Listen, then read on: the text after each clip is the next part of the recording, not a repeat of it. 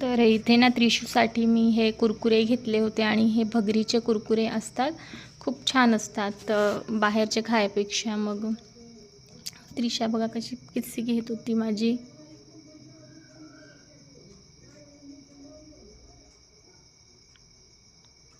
तर आणि ना मला तुमच्यासोबत एक गोष्ट शेअर करायची आहे की मी हिंदीमध्ये ब्लॉग टाकू का मराठीतच राहू देऊ असं.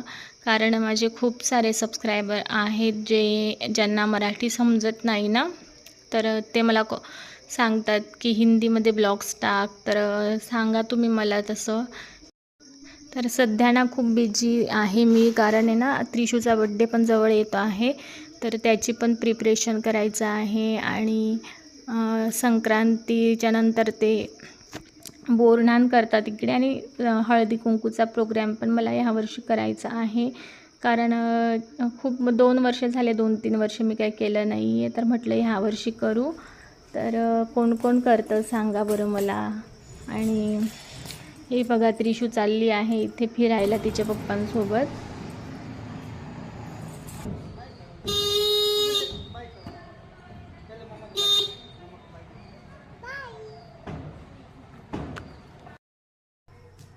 त्रिशा किधर गई?